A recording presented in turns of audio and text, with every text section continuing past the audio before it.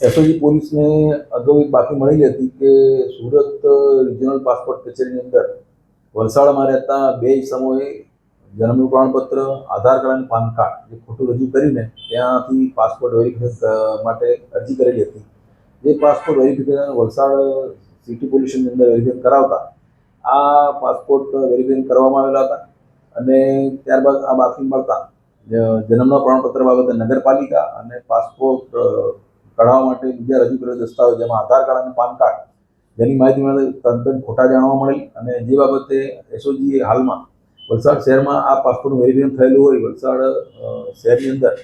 BNS કલમ 336(2), 336(3), 337, 338, 339 અને 340 ઉપરાંત પાસપોર્ટ એક્ટની કલમ મુજબનો ગુનો દાખલ કરેલો છે અને હાલમાં બંને આરોપીની તપાસ ચાલુ છે. આરોપીઓમાં હાલ એક ભાવિક અને સંદીપ કરીને છે.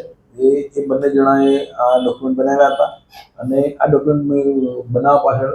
પૂછપરછ કરતા એવું જાણવા મળ્યું છે કે UK-21 વિઝા જોઈતા હોય તો જેના માતા પિતા જો પોર્ટુગીઝ નાગરિકો હોય એ લોકોને આ વિઝા તરત મળી જાય છે.